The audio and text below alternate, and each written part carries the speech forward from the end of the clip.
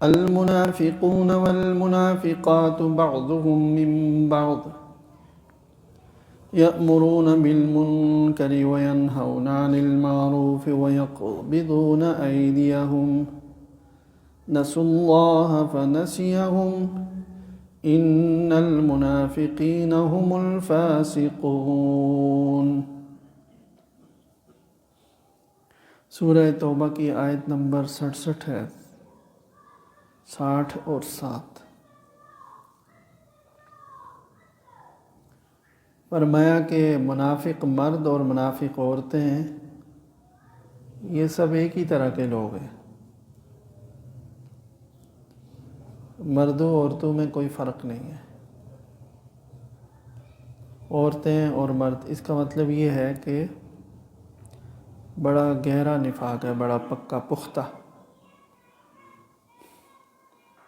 منافق مرد اور منافق عورتیں، بعضهم من بعض، یہ سب ایک ہی طرح کے لوگ ہیں۔ اور پھر ان کی کچھ اور بری خصلتیں آگے آ رہی ہیں۔ کرتے کیا ہیں؟ یأمرون بالمنکر، یہ برائی کی تلقین کرتے ہیں، بری باتوں کی۔ وینہون عن المعروف، اور نیکی کے کام سے منع کرتے ہیں۔ وَيَقْبِضُونَ أَيْدِيَهُمْ، اور اپنے ہاتھوں کو بند رکھتے ہیں۔ نسوا اللہ، اللہ کو بلا دیا ان لوگوں نے۔ فنسیہم، تو اللہ تعالیٰ نے بھی ان کو بلا دیا۔ ان المنافقین هم الفاسقون، بلا شبہ منافق ہی وہ لوگ ہیں جو سخت نافرمان ہیں، نافرمان۔ تو اس آیت میں کہ منافقین کا جو ٹولہ ہے، یہ گھر تک یہ لوگ ایک ہی مزاج کے بن گئے ہیں، عورتیں بھی ان کی ایسی ہیں۔ تو یہ کسی سوچ اور کسی خاص قسم کی جو عادات اخلاق ہوں، اس میں ایسی پختگی کا اظہار ہے کہ اس میں پھر توبہ کی کوئی صورت نہیں۔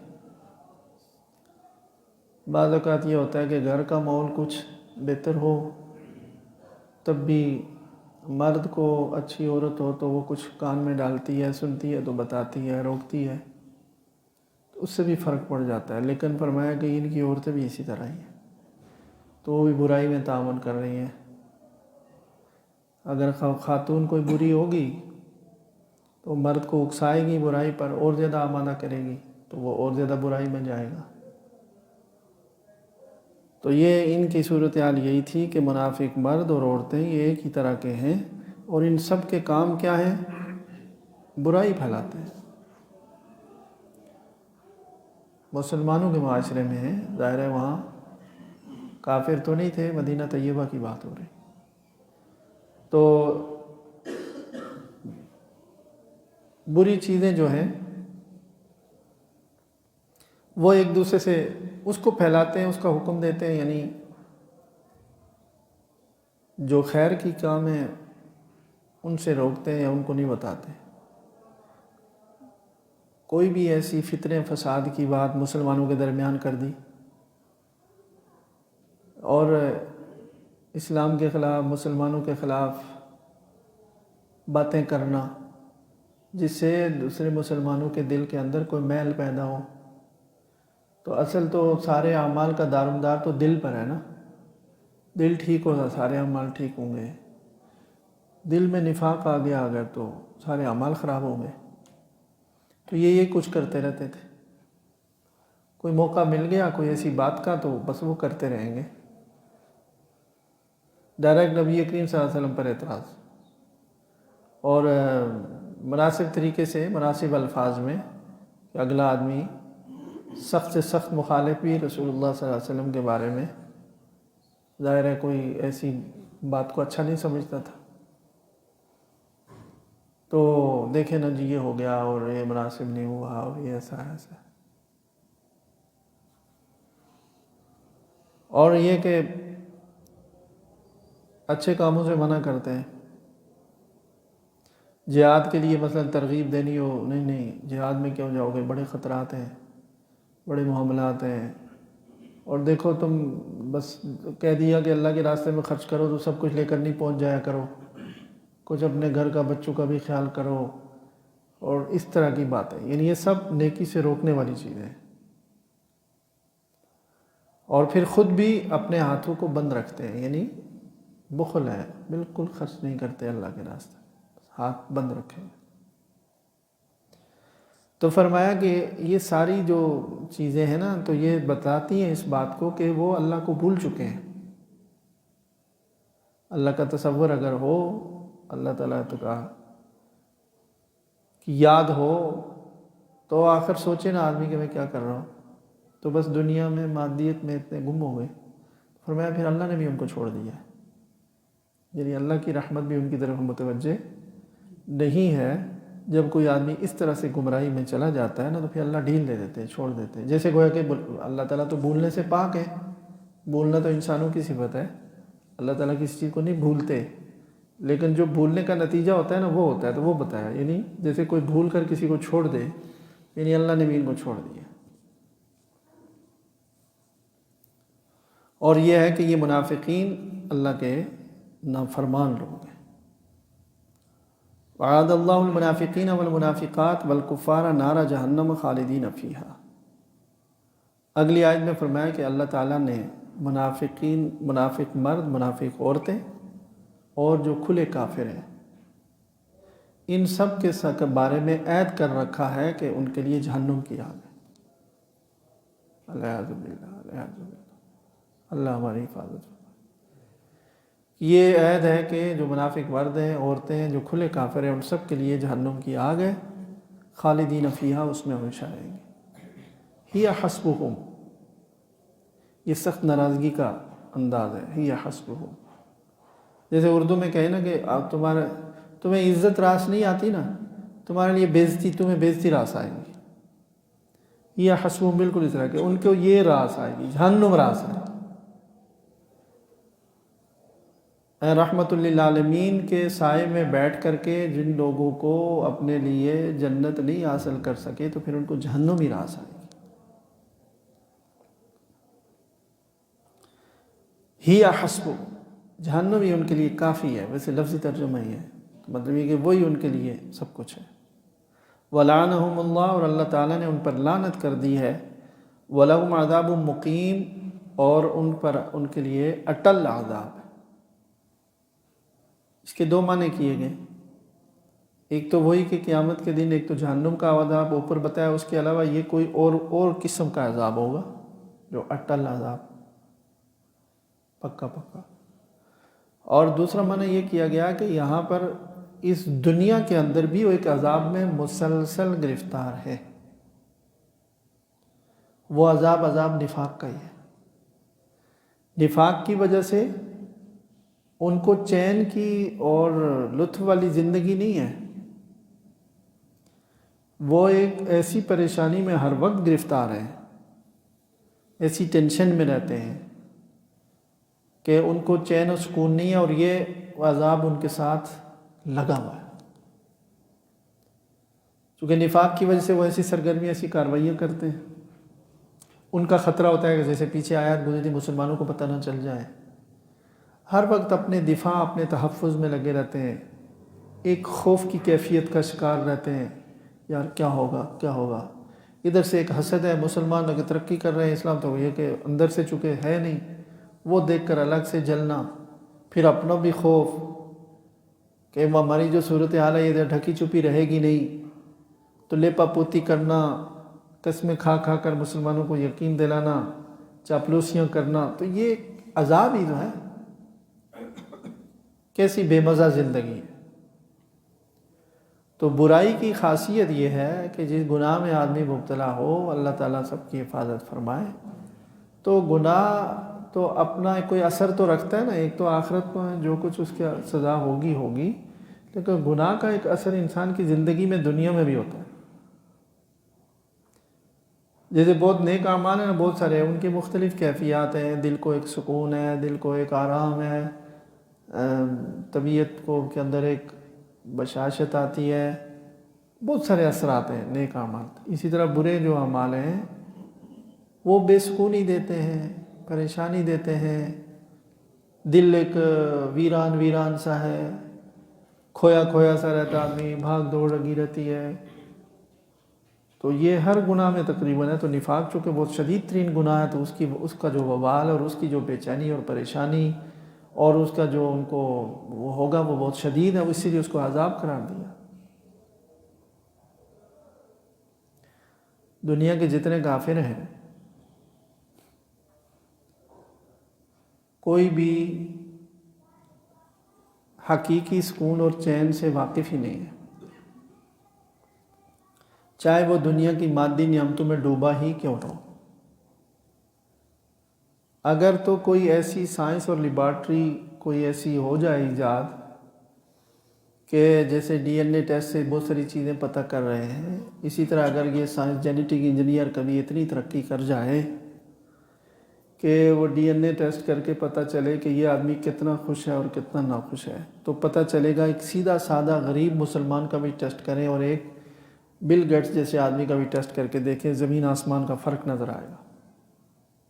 لیکن یہ چیزیں چونکہ اندر ہے نا، کوئی ظاہری حصی وجود ہے نہیں، ایک ہی طرح کے انسان لگتے ہیں دکھنے میں، لیکن بظاہر جو جس کے پاس دنیا کی نعمتیں کم ہیں تو دیکھنے میں لگتا ہے کہ یہ شاید بڑے برے حال میں ہے، اور جس کے پاس بہت دنیا کی نعمتیں تو دیکھنے میں شاید یہ لگتا ہے کہ یہ تو بڑے مزے میں ہے۔ ایسا ہرگز نہیں ہے۔ اور ہمیشہ آپ دیکھیں گے، اب بھی دیکھیں، مسلمان کے مقابلے میں غیر مسلم دنیا کے کاموں میں زیادہ محنتی ہوگا، بیکار نہیں ملے گا آپ کو۔ یہ اس کا ایک مثبت پہلو تو یہ ہے کہ یہ اچھی بات ہے کہ کام کرنا چاہیے، میں اس سے ہٹ کر میں اس کی مذمت نہیں کر رہا ہوں اچھی، میں ایک اور پہلو بتا رہا ہوں کہ اس کی ایک وجہ اور بھی ہے، وہ ہے دل کی بے چینی اور بے سکونی، اور مصروفیت کی وجہ سے ذرا دل بہلا رہتا ہے، آدمی توجہ نہیں ہوتی، تو وہ بغیر مصروفیت کے رہ نہیں سکتے، دل پھٹنے والا ہوتا ہے۔ اسی وجہ سے خودکشیاں ہیں بہت بڑی تعداد۔ مسلمانوں کو تو دین کی اور اسلام کی تو ہمیں چونکہ قدر نہیں ہے نا، مفت میں ملا ہے تو بیکار ہیں، کوئی دنیا کی نعمت بھی نہیں ہے، لیکن وہ ویرانی اور وہ پریشانی نہیں ہے، جتنے بھی غم ہوں، جتنی بھی مصیبتیں ہوں، یہ کچھ گرام ہیں ان کے مقابلے میں، وہاں تو ٹنوں کے حساب سے غم ہے۔ تو وہی میں نے کہا نا کہ اب یہ پتہ چلتا نہیں، اگر تو ہو نا ڈی این اے ٹیسٹ ہو یا کوئی ایسی کوئی چیز ہو تو پتہ چل جائے کہ یہ کس مصیبت میں ہے۔ بھائی اتنا کچھ سامنے نظر آ رہا ہے صرف اس ایمان کی وجہ سے۔ یہ ایک ایسی چیز ہے جو نظر نہیں آنے والی ہے، یہ اندر جاتے ہی انسان کی روح کی بہت بڑی جو ضرورت ہے، بنیادی ضرورت جو اس کو زندہ رکھنے کے لیے، وہ پوری کرتا ہے ایمان۔ اس کے بعد پھر جیسے جیسے اعمال ہوں گے تو اس کے اتنی ہی اندر انسان کا صحت مند ہوتا جائے گا، اتنا طاقتور ہوتا جائے گا، تو اتنی خوشی، اتنی راحت، اتنا چین، اتنا سکون بڑھتا جائے گا۔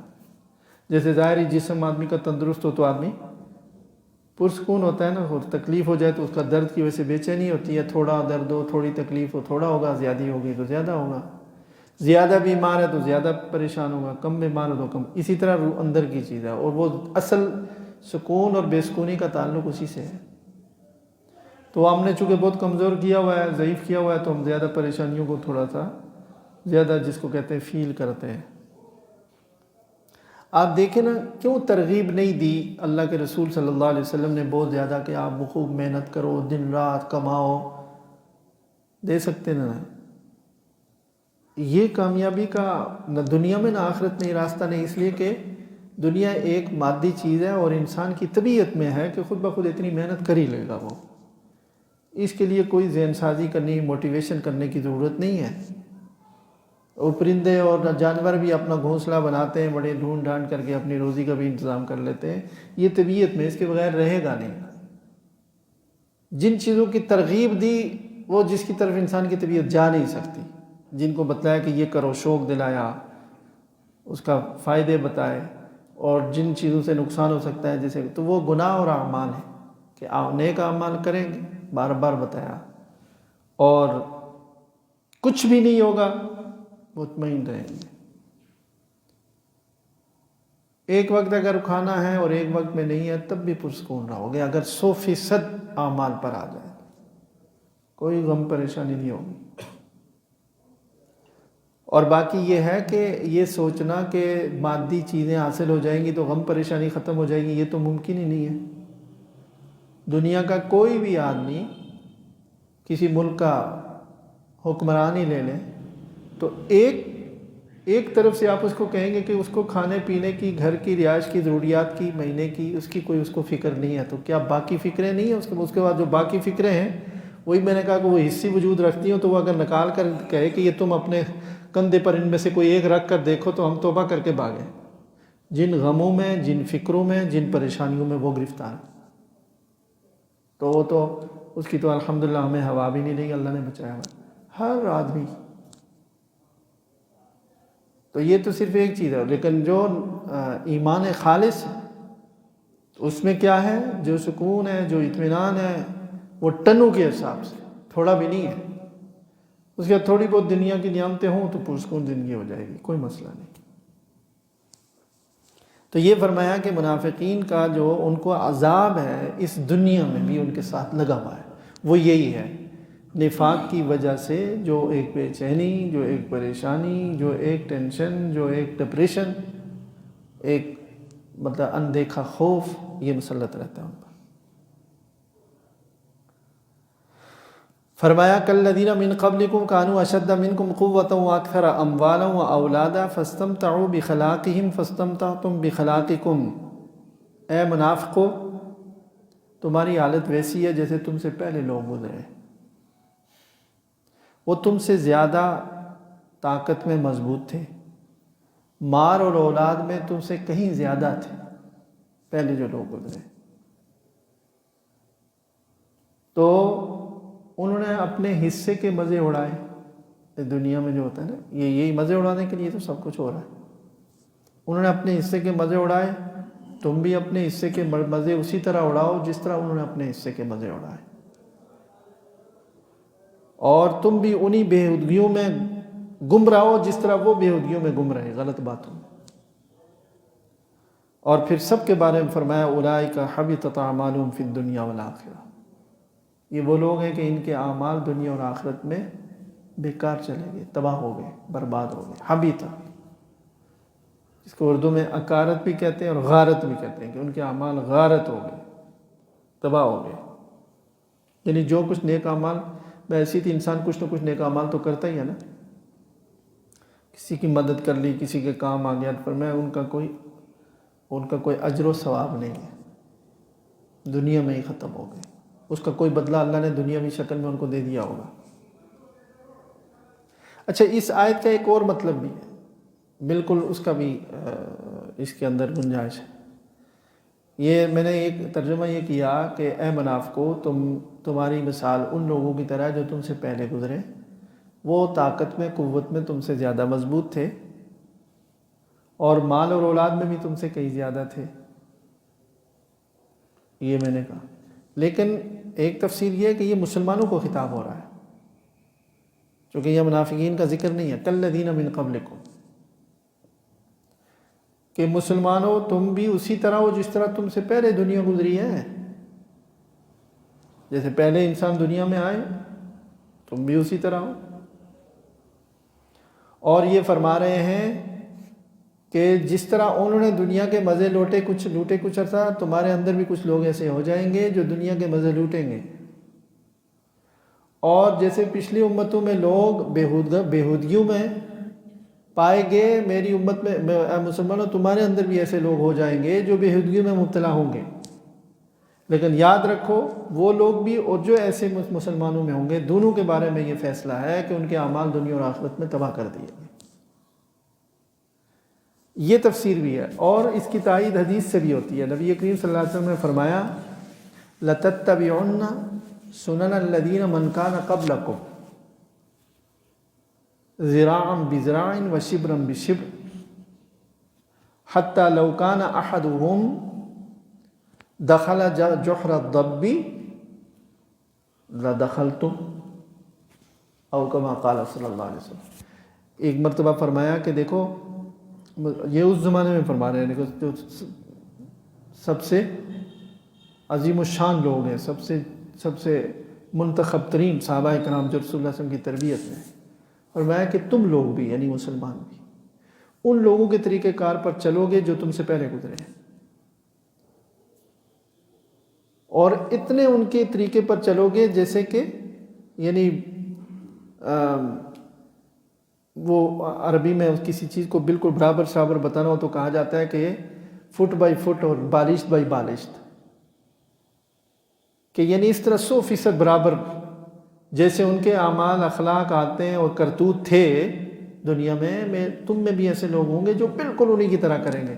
اور انتہائی درجہ یہ بتایا کہ اگر ان میں سے کچھ پچھلے لوگوں میں سے کوئی آدمی، یہ گوہ جو ایک جانور نہیں ہوتا دوڑتا رہتا ہے زمین پر، گوہ کہتے ہیں اس کو، کہ گوہ کے اگر کوئی گوہ کے سوراخ میں گھسا ہے ان میں سے تو تم میں بھی کچھ ایسے ہوں گے جو یہ کام بھی کریں گے۔ یعنی انتہائی درجے کا بیہودہ فضول قسم کی ایک بات ہوئی نا کہ گوہ کے بل میں گھسے کوئی آدمی، لیکن ان کی پیروی کرنے کی اور ان کی طرح کی زندگی کی مثال دیتے ہوئے بتایا کہ یہ بظاہر یعنی ایک انہونی سی نظر آتی ہے لیکن ایسا ہوگا۔ تو بتلانا یہ چاہتے ہیں کہ ابھی جو اوپر منافقین کی صفات بیان کی گئی ہیں، جو ایک تو وہ ہے، اور اس طرح کے جو مسلمان ہوں گے جو یہود و نصارہ جو پہلے گزرے ان کے طریقے پر چلیں گے، ان کا حشر بھی انہی منافقین کے ساتھ ہوگا، چاہے وہ کلمہ پڑھتے ہیں۔ دیکھ لیں مسلمان معاشرے میں کہ بہت شوق ہے ان کے طریقے پر چلنا، تو کتنا چل رہے ہیں۔ تو جو ایمان والے ہیں وہ شکر ادا کریں اور کبھی بھی اس احساس سے کمتری میں نہ ہو شاید یہ کوئی بڑی ماڈرن چیز ہے اور جدید چیز ہے تو یہ بڑی روشن خیال لوگ ہیں۔ اپنے اللہ تعالیٰ نے جو دین سے وابستگی عطا فرمائی اس پر لاکھ لاکھ شکر ادا کریں اور اپنی حفاظت کریں، اس پر اس سے بچا کر رہیں، خود بھی اور اپنی اولادوں کو۔ تو یہ وہی جو جس طرف ہمارا معاشرہ جا رہا ہے اسی کی طرف یہ جا رہا ہے کہ تم بھی انہی لوگوں کی طرح ہو جس طرح پہلے لوگ گزرے ہیں۔ وہ تم سے زیادہ طاقتور بھی تھے، مضبوط بھی تھے، مال اولاد میں بھی تم سے کئی زیادہ تھے، انہوں نے بھی دنیا میں مزے لوٹے ہیں، تم لوگوں میں بھی کچھ ایسے ہو جائیں گے، دنیا کے مزے لوٹنے کے چکر میں پڑ جائیں گے، بس دنیا بڑے دار ہو جائے۔ کتنا دیکھیں نا ہمارے اندر وہ ہے نا، وطن چھوڑتے ہیں، کہاں کہاں جاتے ہیں، اللہ بس مدد فرمائے ہدایت، کہیں سمندروں میں ڈوبتے ہیں، غیر قانونی جا رہے ہیں، یہاں کیا ہے بس زیادہ سے زیادہ دولت جمع ہو جائے، کرپشن ہے، کسی کا حق مار رہا ہے، سب کچھ 2 نمبر چیزیں بیچیں گے، 2 نمبر کیا 10 نمبر تک پہنچ گئی ہیں، کس لیے کہ 4 پیسے زیادہ مل جائیں، دنیا کے کچھ مزے لوٹنے والی بات ہے۔ تو یہ رویہ ہوگا تو پھر سیدھا راستہ تھوڑی ملے گا، فرمایا پھر وہ ادھر ہی جائیں گے، آگے بڑھتے جائیں گے اور جو کچھ نیک اعمال ہے بھی دنیا میں آخرت میں ختم ہو جائے گی۔ یہ ہمارے لیے سبق کی چیز ہے۔ ایمان والے دین والوں کو اللہ کا شکر ادا کرنا چاہیے اور یہ ہمیشہ رہنا چاہیے کہ ہم نے اس طرز زندگی کی طرف کبھی بھی نہیں جانا، یعنی شعوری طور پر آدمی اس چیز کو وہ کرے۔ ایک ہے نا کہ جی میرے بس میں نہیں ہے تو برائی سے بچا ہوا ہوں، تو بس میں ہو تو دل میں خواہشیں ابھرتی ہیں، پیسے ہوں تو میں ایسی زندگی گزاروں، ایسا کروں، تو یہ تو مطلب یہ ہوگا تو بے بسی ہو گئی۔ ان شعوری طور پر کہ اللہ اگر مجھے بے حساب دولت دے تب بھی میں اسی طرح رہوں گا اور نیکی کے خیر کے کاموں میں لگاؤں گا، یہ والی زندگی کوئی میرے لیے نمونہ نہیں ہے، بلکہ وہ عذاب ہے، تو گمراہی ہے، دنیا بھی تباہ آخرت بھی تباہ۔ اللہ تعالیٰ ہم سب کو پھر آخر میں فرمایا وَأُولَٰئِكَ هُمُ الْخَاسِرُونَ، یہ لوگ ہیں اصل گھاٹے میں جانے والے۔ دنیا کی چند روزہ زندگی میں کچھ مزے اڑائے، بس ہمیشہ ہمیشہ کے لیے خسارہ ٹوٹا۔ اللہ تعالیٰ ہم سب کو دنیا اور آخرت کے خسارے سے ہماری حفاظت فرمائے۔ وآخر دعوانا الحمدللہ۔